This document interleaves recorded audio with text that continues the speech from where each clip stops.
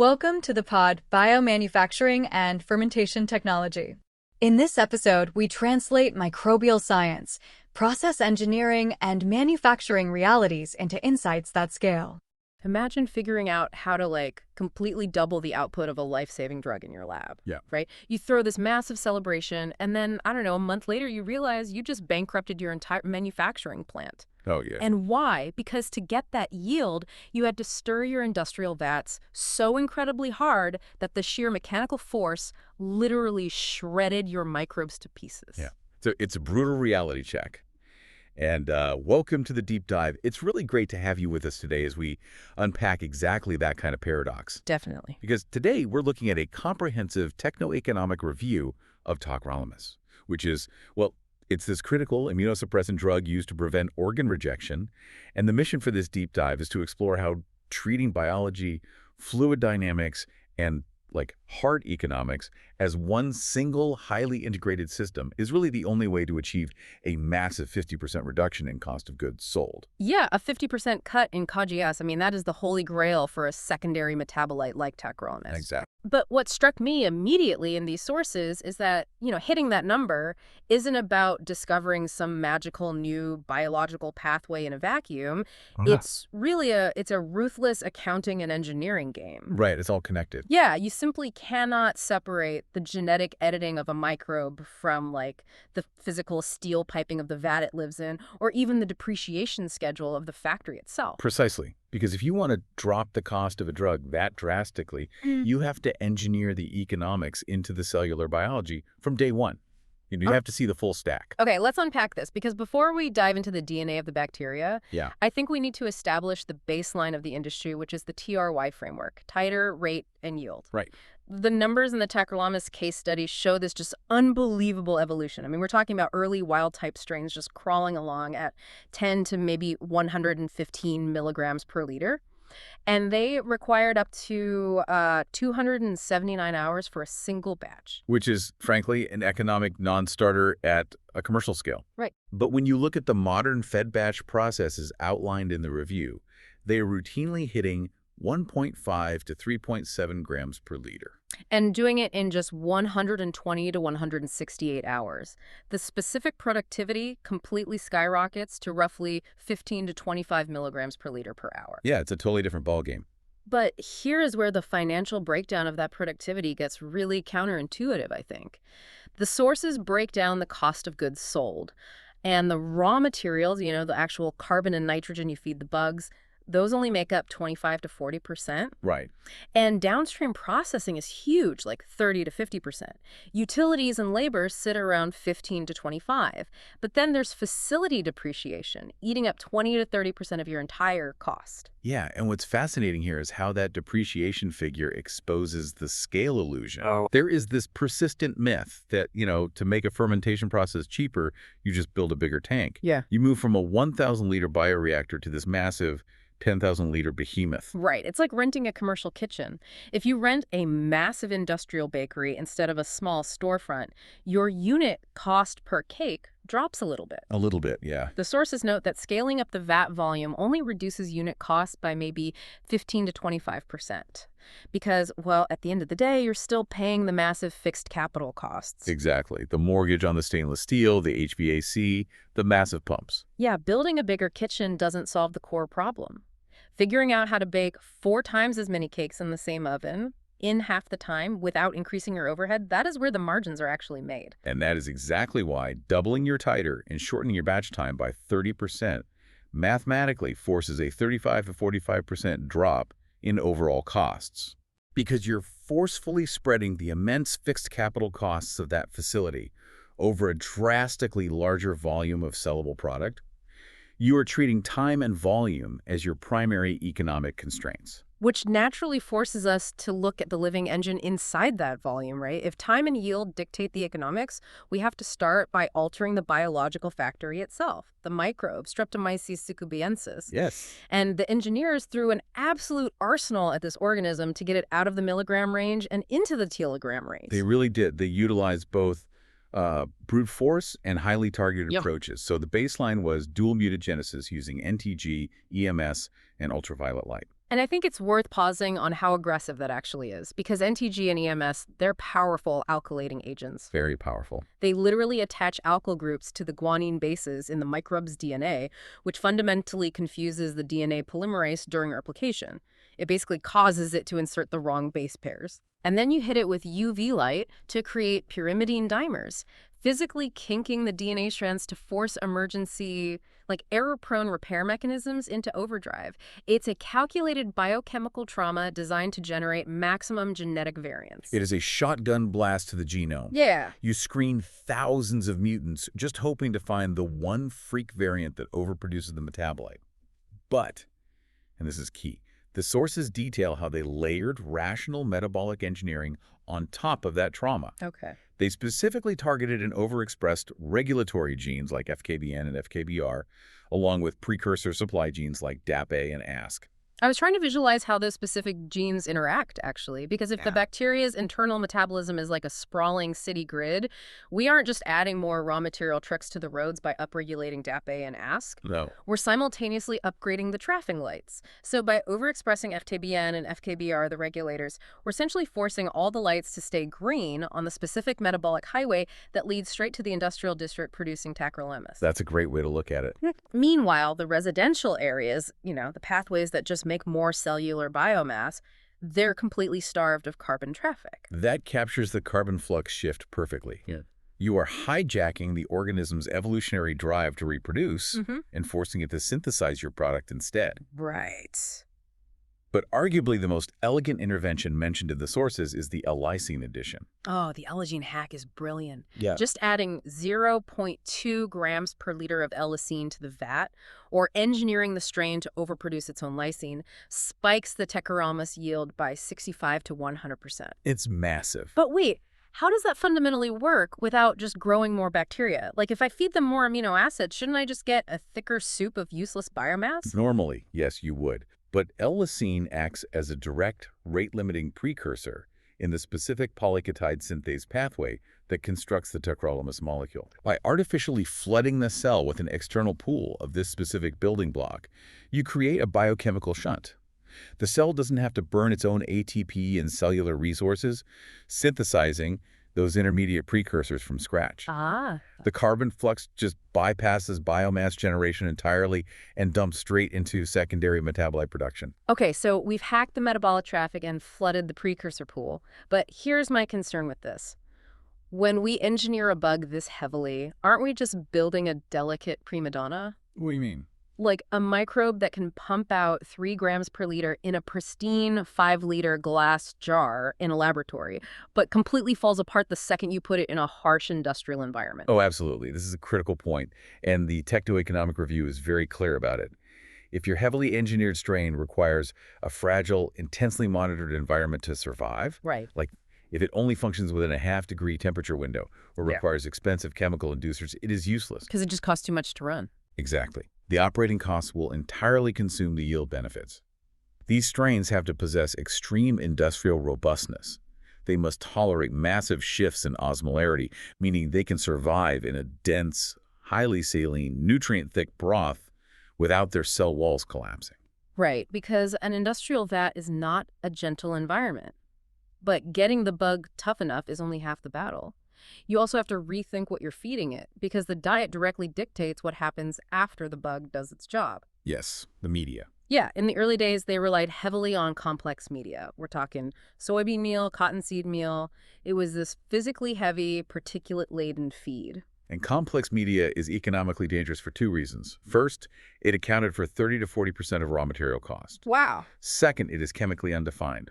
Every silo of soybean meal has a slightly different amino acid and lipid profile, meaning your batch-to-batch consistency is inherently volatile. So they applied response surface methodology to strip the diet down to soluble, highly defined inputs, right? Like starch, peptone, and tween 80. And just by doing that, they pushed titers from 400 milligrams to almost 1,300 milligrams per liter, cutting the medium cost per gram of drug by 60%. It's a huge win. But I want to zero in on the tween 80. Because it's a surfactant, right?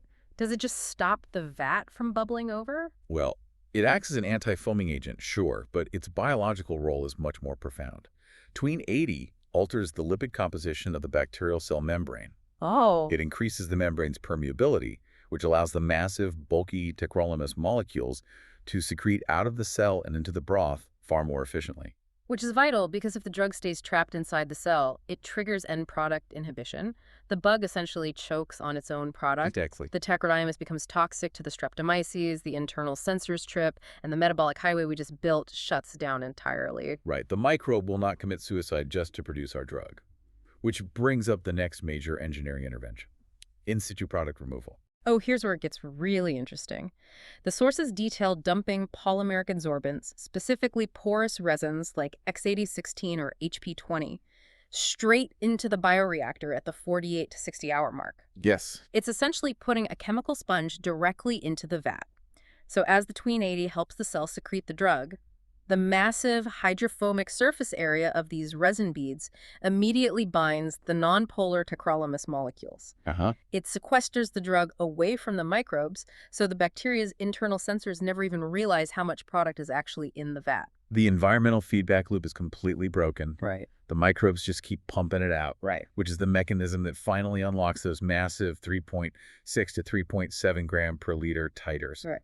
And crucially, this upstream intervention fundamentally alters the economics of the downstream processing. Because downstream processing, or DSP, is the true hidden monster in the spreadsheet.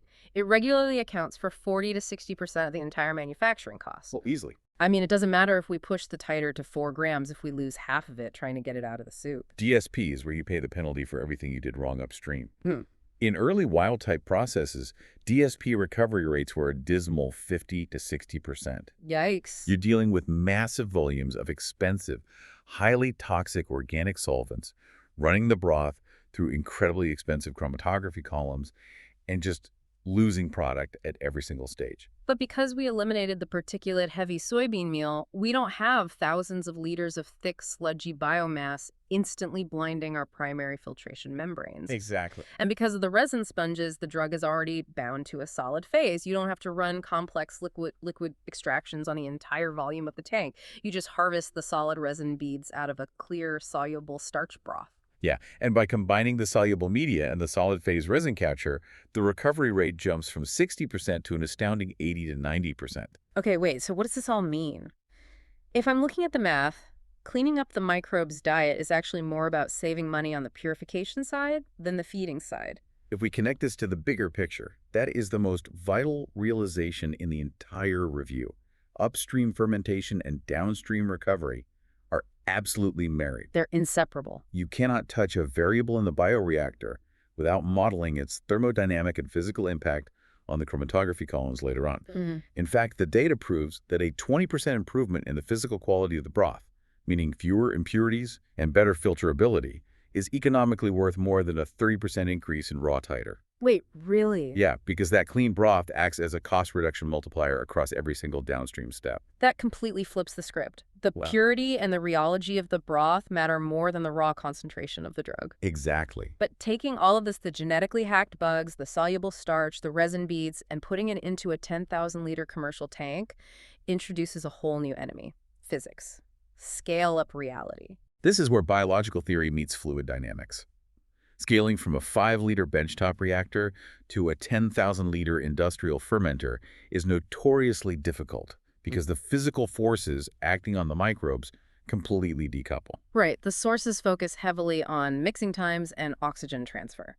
And this brings us to a law, the volumetric mass transfer coefficient. Yes, Scala. This is essentially the metric of how efficiently you can force oxygen molecules out of a gas bubble, across the gas-liquid boundary layer, and into the liquid broth where the bacteria can actually metabolize it. Exactly. In a small 5-liter jar, keeping KLA high is trivial. You just spin the impeller faster. Right. But a 10,000-liter tank filled with a viscous, starch-rich broth behaves entirely differently. If you try to maintain that same KLA by just cranking up the massive metal impellers, the hydrodynamics turn lethal. Yeah, you generate catastrophic shear stress. The velocity differential between the tip of a massive metal blade and the fluid immediately next to it is so violent that it literally rips the cell walls of the streptomyces apart. It shreds them. But if you slow the impeller down to protect the cells, you create dead zones. vast areas in the corners of the tank where mixing time lags, K-log plummets, the cells undergo localized hypoxia, and secondary metabolite production just crashes. The review indicates that these physical limitations, shear stress destroying cells or dead zones starving them, can easily shave 20 to 40% off your expected titer right at the top. Oh. The biology works, but the physics kill the economics. Which is why throwing it in a tank and hoping for the best is totally a relic of the past. The sources show that modern facilities use computational fluid dynamics, or CFD. Yes. Before they even weld a single piece of steel, they computationally model the velocity gradients, the shear zones, and the oxygen dispersion patterns of the specific impeller designs. They simulate the stress on the organism before it ever goes into the tank. And once the physical talk is built, they manage the biology in real time, using process analytical technology, or PDT. They aren't just taking manual samples every 6 hours anymore. Right, they're using off-gas, mass spectrometry, and inline capacitance probes, which is wild, by the way, because capacitance probes actually measure the dielectric properties of intact cell membranes. They do. So instead of just measuring total murky biomass, which could be like 50% dead, shredded cells, the software knows exactly how much living, metabolically active biomass is in the tank second by second. And by integrating the CFD models with the real-time PAA sensor data, they can dynamically adjust the feeding strategies. That's incredible. They're controlling pH and keeping dissolved oxygen safely above 20% without overshearing the culture.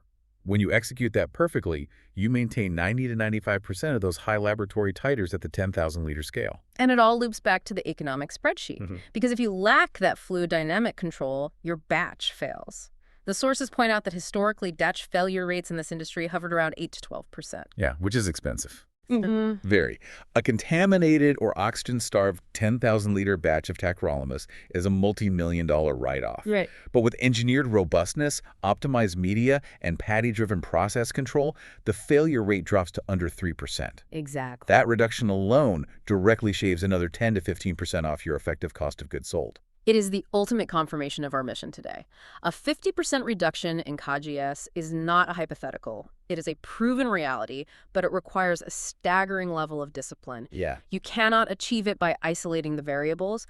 You achieve it when the strain engineer upregulating the FKBN gene is talking to the chemical engineer modeling the X8016 resin binding kinetics, who is in turn talking to the mechanical engineer running the CFD shear stress models. It's the compounding effect of full-stack optimization. The higher titer cuts your required volume, dropping your capital depreciation. The shorter fermentation cycles increase your throughput. The tween 80 and soluble media slash your downstream solvent consumption. Every single decision directly optimizes the next phase of the process. This raises an important question, though, about the absolute limits of this framework. We have spent this entire deep dive optimizing the traditional batch process. You fill a 10,000-liter tank, you run it for 140 hours, you harvest the resin, you empty the tank, you sterilize it, and you start completely over. And the downtime for cleaning and turnaround is just dead capital. Completely dead. But that brings me to a detail buried near the end of the source material that I just can't stop thinking about. The review briefly notes that continuous or semi-continuous fermentation modes are under active investigation right now. They estimate that moving away from batch processing entirely could unlock another 15 to 25% gain in asset utilization. Maintaining a steady-state continuous flow, where you're constantly siphoning off product and feeding in fresh media simultaneously. The biological hurdle, of course, is genetic drift and preventing contamination over incredibly long run times. But I want you to just imagine the implications if they solve that. Imagine a world where the traditional batch process for manufacturing complex pharmaceuticals goes completely obsolete. It would be revolutionary. What happens to global healthcare accessibility and drug pricing when these massive microbial factories never actually need to be shut down? When a 10,000-liter bioreactor operates not as a giant, inefficient mixing bowl, but as a continuous, never-ending biological printing press, churning out life-saving immunosuppressants without interruption for years at a time. If the industry can master the physics and biology of continuous fermentation, the economic floor for life-saving medicine drops to a level we haven't even begun to model. It's a staggering thought to end on. We started this deep dive thinking about biology as an isolated science, only to discover it is, at its highest level, a ruthless, brilliantly interconnected accounting and engineering game. When you master the economics of the factory, you master the medicine. Thank you for joining us on this deep dive. Keep looking at those complex systems through an integrated lens, and we will see you next time. You've been listening to Biomanufacturing and Fermentation Technology with Prasad Urnala. Thank you for joining me. Until next time, keep engineering biology into reliable manufacturing.